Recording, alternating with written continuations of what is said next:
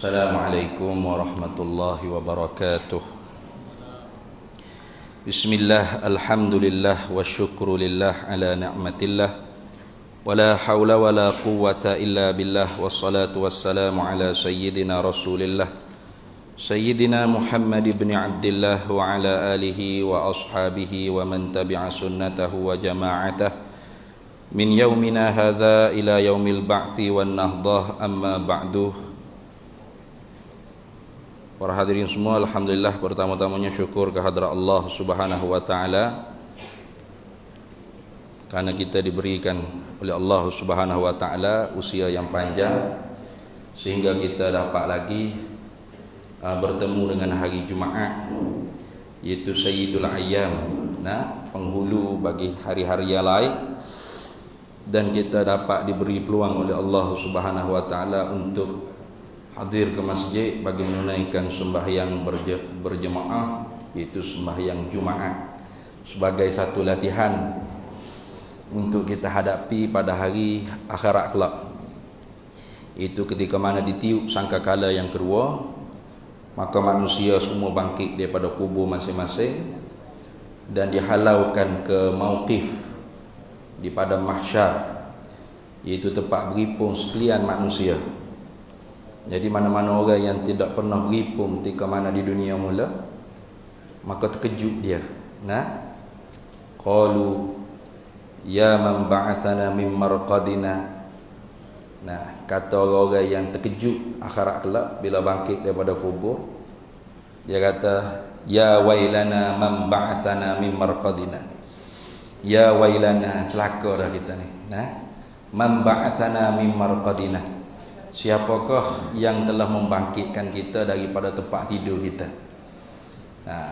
Ini kalam orang yang tidak kenal Allah Subhanahu wa taala, tidak taat pada perintah Allah taala mula di dunia, maka terkejut dia apabila ditiup sangkakala yang kedua, bangkit balik semua manusia daripada kubur, dihalau oleh para malaikatnya untuk berhimpun di satu tempat di padang mahsyar. Maka ini sebagai latihan sebelum kita dihimpunkan oleh Allah Ta'ala akhirat kelak. Kita dilatih untuk berhimpun setiap minggu, iaitu hari Jumaat. Dan hari tersebut juga ialah hari Jumaat. Maka kerana itu hari akhirat juga dipanggil Yaumul Jam'i, hari berhimpun. Hari berhimpun. Para hadirin semua, saya petik untuk masa setengah jam ni dalam kitab Nasaihul Ibad, karangan bagi Syekh Nawawi Banten. Kata dianya, ruwiya anna rajulan min bani Israila. Diriwayatkan ada satu kisah, sesungguhnya seorang laki-laki daripada Bani Israel. Bani Israel ini maknanya keturunan Nabi Yaqub alaihissalam. Israel itu gelaran bagi Nabi Yaqub. Nabi Yaqub ni dipanggil Israel. Kenapa? Kerana dia ni suka berjalan malam. Isra makna berjalan malam, hamba Allah Ta'ala. Israel makna hamba Allah yang berjalan malam. Jadi keturunan dia dipanggil Bani Israel, iaitu Bani Yaqub. Jadi kita tu kadang-kadang nak marah ke Zionis, pergi sebut nama Nabi Yaqub, Natal Israel lah. Israel itu Nabi Yaqub. Jadi kita kalau nak marah ke Zionis, sebut Zionis. Menata Suhyuniyah. Suhyuniyah itu Zionis lah. Adapun Israel kena kepada Nabi Yaqub. Bani Israel keturunan Nabi Yaqub. Dan ghalib agamanya ialah Yahudi. Yahudi itu sempena nama salah seorang adik-beradik daripada Nabi Yusuf, namanya Yahuda. Yahuda ni salah seorang daripada adik-beradik Nabi Yusuf yang satu masanya menjadi Nabi, dilantik Allah Ta'ala menjadi Nabi. Kemudian pengikut-pengikutnya akhirnya memanggil nama agamanya Yahudi, sempurna nama dia Yahuda, gitu dah. Jadi ada satu orang laki-laki di kalangan anak cucu cicit Nabi Yaqub min Bani Israel. Apa kejadiannya? Jama'a samanina tabutan. Laki-laki daripada Bani Israel tadinya dia himpun 80 samani 80 tabutan ni maknanya peti besi. 80 peti besi. Gapo dia ada dalam peti besi itu? Minal ilmi, daripada kitab-kitab ilmu. Artinya dia hipung 80 peti besi itu daripada kitab-kitab ilmu. 80 peti. Terkandung dalam itu segala kitab-kitab ilmu. Walam yantafi, padahal tidak bermanfaat bi ilmihi, dengan ilmunya. Nah, ngaji banyak ayatnya laki-laki tadi. Nah, 80 peti besi terkandung kitab-kitab dalam peti besi itu. Tapi ilmu dia tidak ilmu nafi', tidak ilmu yang memberi manfaat. Sebab itulah kita tu disuruh minta ditambahkan ilmu, tapi ilmu yang nafi'. Qul rabbi zidni ilma. Kata Nabi Muhammad sallallahu alaihi wasallam, Rabbi, hai Tuhanku, zidni ilma, tambahkan olehmu akan daku ilma. Ilmu apa? Ilman nafi'ah, ilmu yang nafi', ilmu yang bermanfaat. Karena kalau ilmu tu banyak tapi tidak nafi', tidak memberi manfaat, artinya seorang yang berilmu tapi semakin jauh dengan Allah Ta'ala. Semakin mengaji tidak boleh menghampirkan hati dia dengan Allah Ta'ala. Maka ilmu dia itu tidak menambah apa-apa bagi diri dia, melainkan semakin jauh dengan Allah Ta'ala. Man izdada ilman lam yazdad wara'an wa tawadu'an, lam yazdad ilallahi illa bu'dan. Mana-mana orang yang bertambah ilmu, man izdada ilman, bertambah ilmu, tapi lam yazdad wara'an wa tawadu'an, tapi tidak bertambah wara'. Wara' ni makna mengawal diri daripada buat benda haram dan perkara yang syubhat. Itu makna wara'. Bukan wara' ni jalan tunduk, itu moyok dia panggil. Nah, ada orang kita tu tukar wara' dengan moyok. Dia kata masya-Allah, wara' lah ustaz tu. Apa? Jalan tunduk, tepuh habis dinding-dinding ke apa, masya-Allah waroknya. Itu bukan warok, itu moyok. Warok ni walau jalan mengadak-adak pun tak apa, jalan begini, nah, tak apa. Tapi benda haram, benda syubhat, no, tak buat dia. Nah, itu dia panggil warok. Nah, orang yang warok, wari' dia panggil dia ni, orang yang wari', wari'un.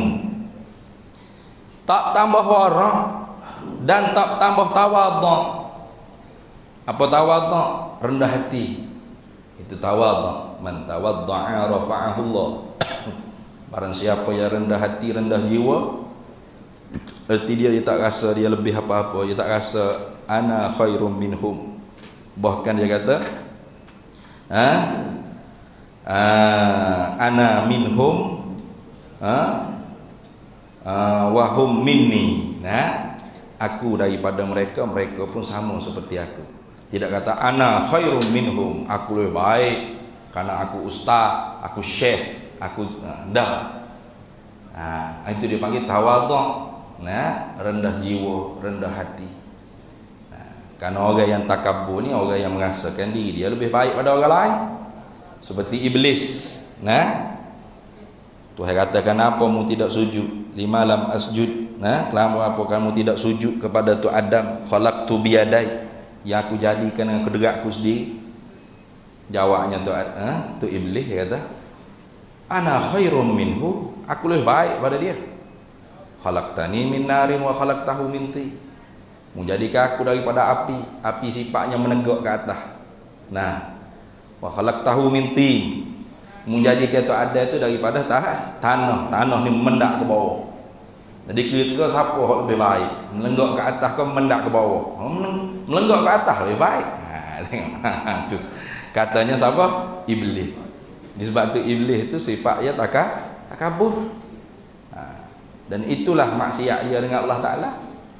Jadi orang yang bertambah ilmu tapi tidak bertambah wara', ikut haram halal tak ada kira, yang penting aku kaya. Nah, tu orang lain semua kurang pada dia, dia lebih pada orang lain. Lam yazdad ilallah, tidak bertambah apa-apa dia kepada Allah illa bu'dan, melainkan dia semakin jauh dengan Allah Ta'ala. Itu maknanya orang panggil ilmu ghairun nafi', ilmu yang tidak bermanfaat. Maka sebab tu kita minta dengan Allah Ta'ala, jangan minta ilmu, minta ilmu nafi', ilmu sikit tapi manfaat. Itu hak penting. Apatah lagi kalau ilmu banyak dan bermanfaat, lagi besar. Kalau ilmu sikit, cara sikit. Sini. Jangan pula ilmu sikit macam rasa banyak. Tu pun nak agak gitu. Ilmu sikit ya tapi rasa macam banyak. Nyanyi gitu. Ilmu sikit, cara sikit. Yang penting nafi'. Yang penting kita beramal dengan ilmu yang kita belajar. Tiba-tiba laki-laki Bani Israel tadi itu ilmunya banyak. 80 peti besi terkandung dalamnya kitab-kitab. Walam yang tapi bi ilmihi, tapi tidak dapat bermanfaat dengan ilmu, tak dapat manfaat dengan ilmunya. Kalau gitu fa auhallahu ta'ala ila nabiyhi, maka mewahyu oleh Allah Ta'ala kepada nabi mereka itu. Jadi di kalangan Bani Israel tadi itu ada seorang nabi. Lalu Allah Ta'ala nak tegur kepada laki-laki yang ngaji banyak tadi. 80 peti besi terkandung kitab-kitab, sifat kitab-kitab mengaji, tapi tak dapat manfaat apa dengan ilmu yang dia belajar. Lalu Allah Ta'ala wahyu kepada Nabi di kalangan Bani Israel. Tu wahyu apa? An qul lihadzal jami'i. Supaya Nabi itu kata olehmu kepada al-jami'. Al-jami' ni makna orang yang menghimpunkan kitab tadi. Al-jami' ay litilkal kutubi, bagi demikian itu kitab-kitab 80 peti besi tadi.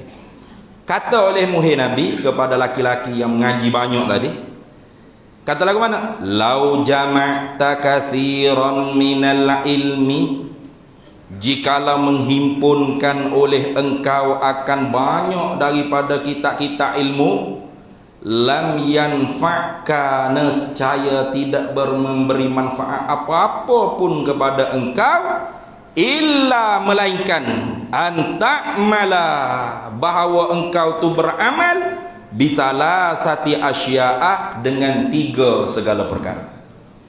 Jadi ngaji banyak, kuliah subuh, kuliah duha, kuliah maghrib, kuliah Jumaat, macam kuliah gitu ni, kuliah isyak, mungkin tak ada kuliah tahajud.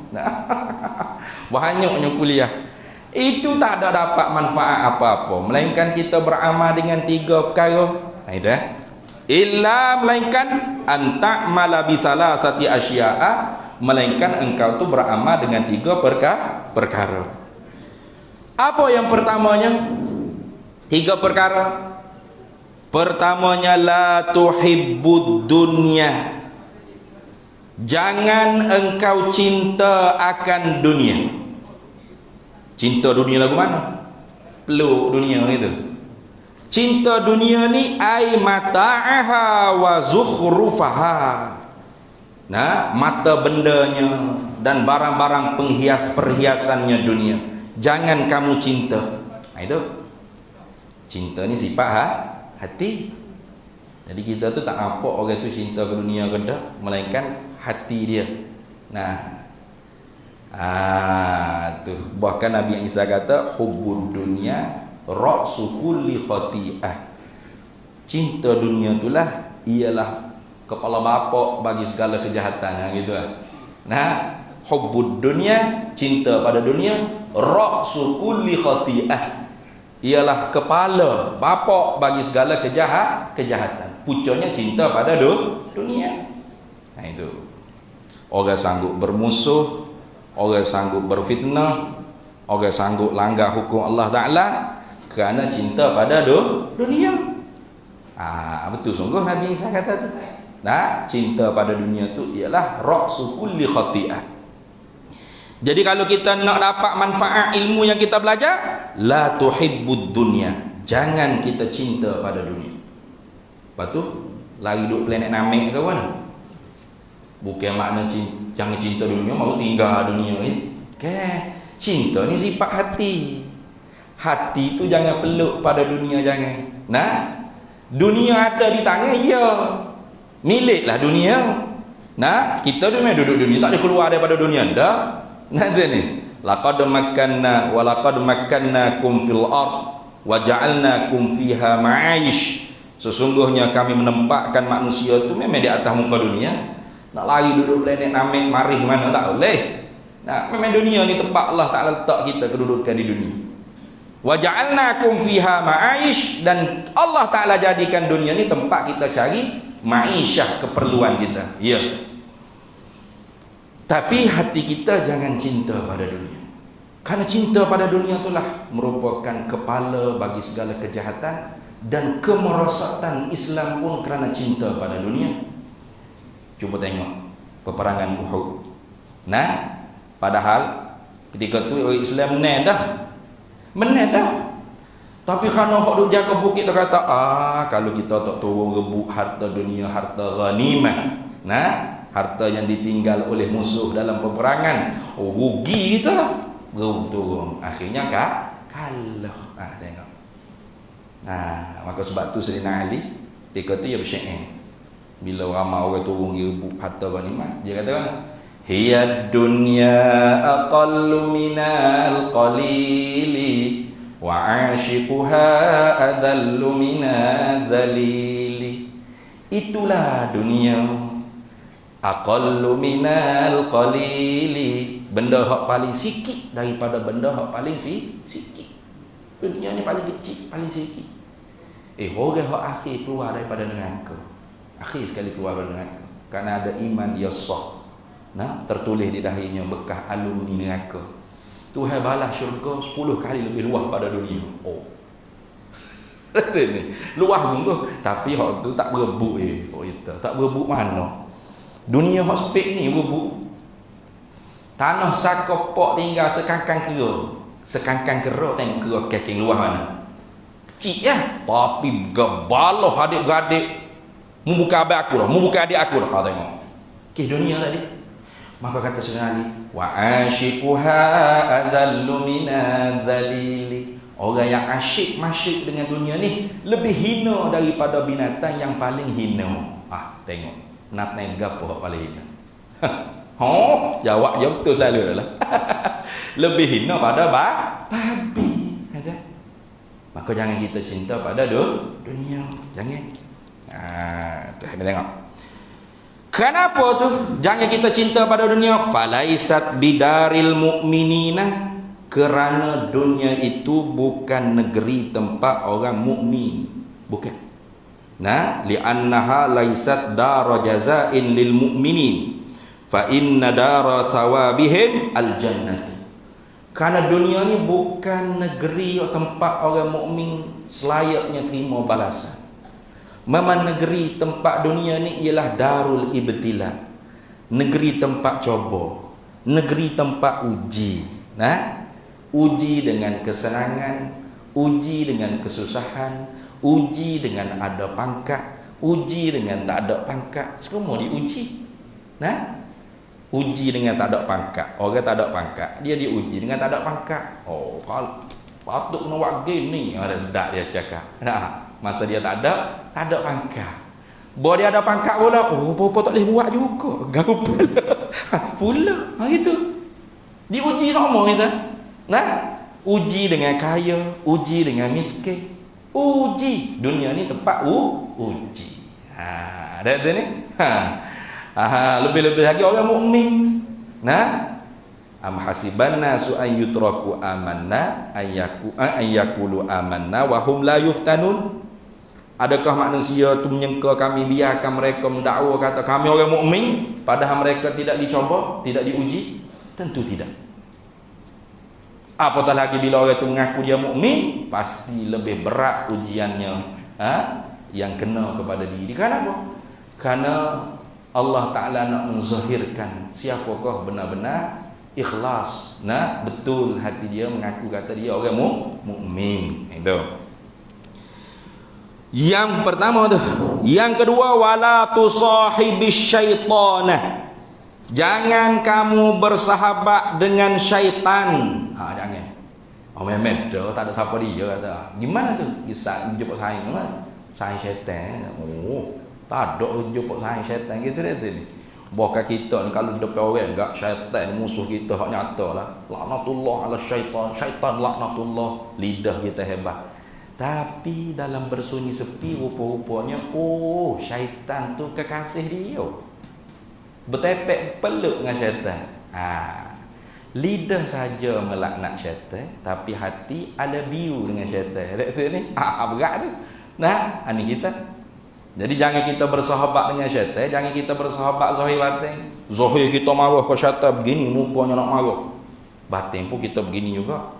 Duk sore pun kita begini juga nak marah ke syaitan.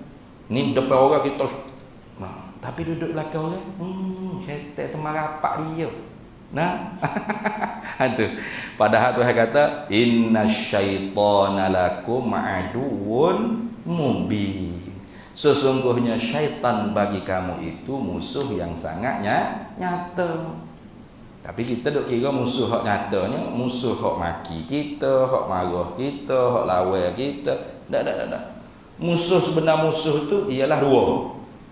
Imma syaitan dan imma nafsu kita sendiri. Dan yang terlebih jahatnya ialah nafsu kita sendiri. Nah, terlebih jahat daripada syaitan tu dia ialah nafsu kita sendiri. Nah, sehingga katanya ulama arif billah apa dia kata? Syaitan seseorang manusia ni, lebih jahat min sab'ina syaitan. Ya, li'anna nafsa lil insani akhbasu wa asyarru min sab'ina syaitanan. Dia kata jaga olehmu nafsu kamu. Kawal olehmu nafsu kamu. Kenapa? Li'anna nafsal insani, kerana nafsu bagi seorang manusia tu akhbathu wa asyarru min sab'ina syaitan. Lebih keji dan lebih jahat daripada 70 ekor syaitan lagi. Itu. Jadi kalau seekor syaitan tu dengan kita sendiri jahat lagi kita. Sebab tu kalau syaitan tak ada pun memang jahat semua. Nak bulan Ramadan. Syaitan kena belenggu dah. Tapi duk jahat lagi berapa? Dah kita jahat lebih pada syaitan dah. 70 ekor syaitan banding dengan nafsu jahat kita, jahat lagi nafsu kita. Itu. Apa tak lagi syaitan ada? Syaitan ni tukar hangat aja. Tukar perangai. Kalau dah memang jahat tu dalam perut kita sendiri, tak ada pergi ke mana dah. Maka sebab tu di sananya wajib kena mujahadatun nafsi. Kena lawan nafsu hak jahat tadi. Kena takhalli sifat-sifat mazmumah. Kalau nak tahu sifat mazmumah bagaimana kalau kita tak mengaji ilmu-ilmu yang mengatakan sifat tu sifat yang dikeji, yang dicela oleh Allah Ta'ala, maka ilmu yang menyebut tentang hal tersebut ialah ilmu tazkiyatun nafs atau ilmu akhlak dia bang, atau ilmu tasawuf. Iyalah ke? Maka kena belajar, kena ambil habuan tu, kena ada. Dah. Baik. Jangan kamu bersahabat dengan syaitan. Kenapa? Lagu mana bersahabat dengan syaitan? Bi an tuti'a amrahu bi mukhalafati amrillahi wa rasulih.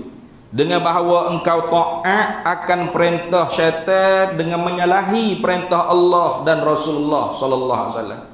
Ya memang dah. Nama pun syaitan. Syaitana. Syaitannya asal perkataan syaitana ai bi makna al-ba'udah. Tiap-tiap yang membawa jauh kita daripada Allah Ta'ala, itu dia panggil syaitan. Sama ada hak tak nampak atau hak nampak. Mana hak nampak? Nasihat tu sendiri. Kita nak pergi masjid, nak pergi surah, nak pergi dengar orang mengajar. Kata pergi mana mak? Masjid tu. Masjid semua. Mari kat kedai dulu, minum-minum air teh dulu, ngopi-ngopi dulu. Tengok. Allah panggil apa tu? Syaitan. Syaitan tu. Tapi jangan sebut ke dia, marah ke dia. Lepas tu Nabi ajar cara kita minta berlindung dengan Allah Ta'ala daripada syaitan. Mana? Minta berlindung. Ta'awuz. A'udzubillahi minasyaitonirrajim. Baca a'udzubillahi minasyaitonirrajim 3 kali. Isyarat ludah. Jangan ludah sungguh. Lama tweet atas muka dia, gocoh situ tak ada pasal. A'udzubillahi minasyaitonirrajim. A'udzubillahi minasyaitonirrajim. A'udzubillahi minasyaitonirrajim. Gitu. Atau mana mutuh tu aku? Kata syaitan ni. Orang pergi masjid ajak kedai kopi pula. Masjid tu jalan dekat dengan Allah. Tengok. Sama ada manusia atau jin tak kira. Nah, kenapa? Falaisa birafiqil mu'minina. Kerana syaitan itu tidak pernah dia berlemah lembut, berkasih sayang dengan orang mukmin. Tak ada. Syaitan ni semakin tinggi martabat orang itu dalam agama, semakin benci dia, semakin nak marah dia, semakin kuat dia hasad. Tu. Sebab tu nah, banyak ustaz-ustaz ni lembek dengan syaitan. Sebab tu baik kita jadi orang awal pula. Baik jadi orang awal pula. Banyak ustaz-ustaz. Kenapa? Semakin dia mengaji banyak, semakin dia mengajar orang banyak, semakin syaitan hak besar-besar doa dia. Nah, kalau hak jolud dah, hak bengon dah syaitan tak hasud, jetik lenga ya. Kalah dah Tapi kalau hak alim, hak hebat, kuat ibadat, banyak ilmu, hak tu syaitan mari tu dong gocah sungguh-sungguh. Nah, khabar-khabar kalau. Nah, itu tak boleh. Karena ustaz pun manusia biasa. Bukan manusia yang luar biasa. Nah, yang itu duk pelik. Kalau ada ustaz buat kerja hak tak pernah sabar kepala otak kita. Namanya orang. Selagi mana orang tu kan tidak maksum lain daripada Nabi Muhammad sallallahu alaihi wasallam dan para anbiya yang lainnya. Para nabi saja tak maksum. Lain pada nabi, ustaz ke tok guru ke syekh ke gapo pasti buat salah. Ini pasti kita kena kemah dulu. Jangan bila ustaz hak kita sayang, hak kita puja juga, tak mungkin dia buat salah. Dia ustaz kita, dia tok guru kita, dia syekh kita, dia jangan sampai tahap tu kita orang ahli sunnah wal jamaah ni yang maksum hanya para nabi, para rasul. Dia tok guru ko, dia syekh ko, dia ustaz ko, pasti ada kesalahan itu. Manusia biasa, cuma dia ada ilmu kerana dia mengaji. Nah, tu je lebih dia je. Nah, kadang-kadang boleh bawa kurang lagi pada orang biasa mana? Ada ilmu tapi dia tak beramal pula. Dia khalif, dia ajar orang lagu ni, dia buat lagu tu. Itu lagi teruk. Nah, tu.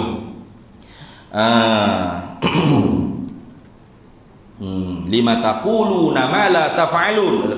Lima taquluna ma la taf'alun. Kenapa mu kata benda hak mu tak buat? Nah, mu kata benda hak mu tak buat.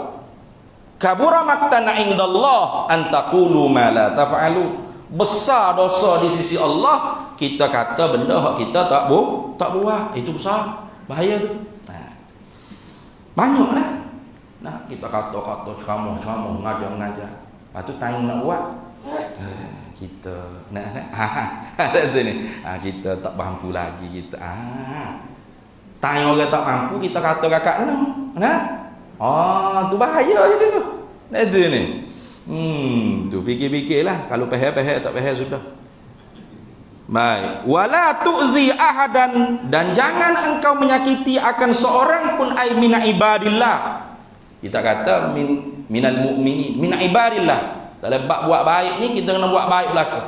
Tanpa mengira bangsa apa, agama apa orang tu, jangan kita menyakiti. Jangan dengan mulut kita, dengan statement kita, apatah lagi dengan perbuatan kita, jangan. Kenapa tu jangan kita menyakiti satu orang pun daripada hamba-hamba Allah walau dia tu kafir sekalipun? Falaisa bihirfatil mu'minina ay li annal izaa laisa sun'atahum. Karena perbuatan menyakiti orang lain itu bukan daripada perbuatan orang mukmin. Orang mukmin al-mu'minun man aminal mu'minu min lisanihi wa yadihi. Al-muslimun man salimal muslimu min lisanihi wa yadihi. Orang mukmin tu orang mukmin lain aman daripada bahaya lidah dia dan tangan dia. Orang Islam tu orang Islam lain aman, selamat daripada bahaya lidah dia dan tangan dia. Kita akhir zamannya orang Islam sendiri tak selamat dengan mulut-mulut orang Islam.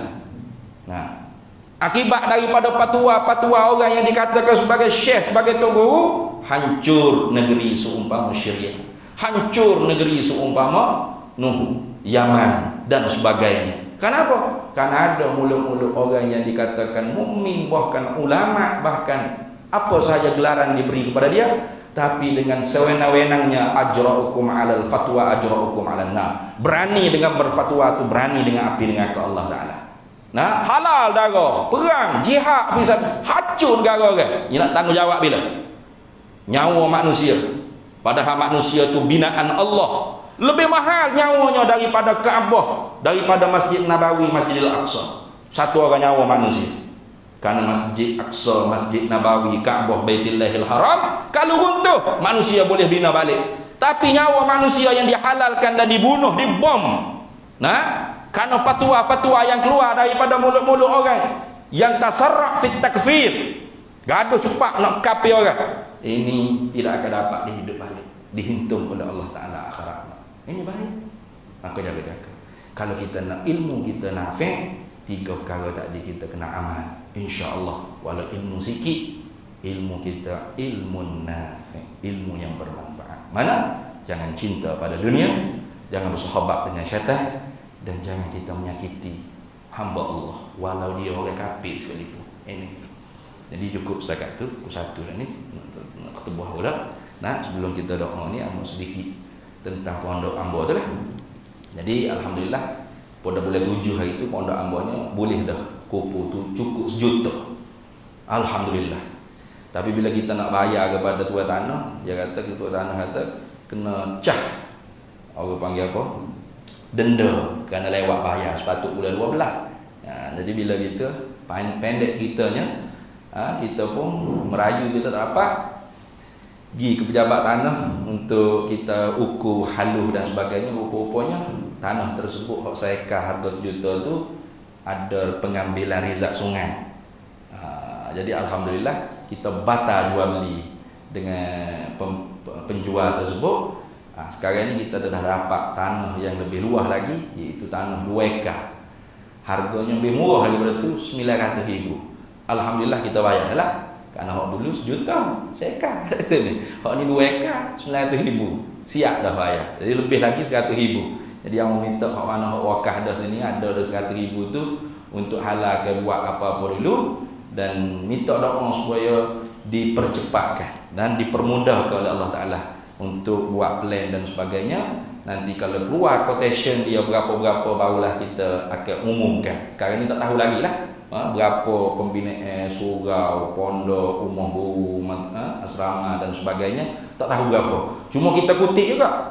Kutip tu supaya nanti kalau arkitek dah keluar dah berapa quotation sebenar. Contohlah 5 juta atau 6 juta. Kalau kita duk kutip dah ni ada 500,000 ke contoh, berartinya ada lagi orang panggil 5.5 juta. Jadi kita tu boleh dah selu-selu buat kerja. Jadi itu saja kita nak maklum. Jadi tetap diteruskan juga pondok kita di Sungai Buloh tu, tapi tanahnya lebih luas lagi, 2 ekar tidak seekar. Itu saja. Wallahul muwaffiq ila aqwamit thariq. Wassalamualaikum warahmatullahi wabarakatuh.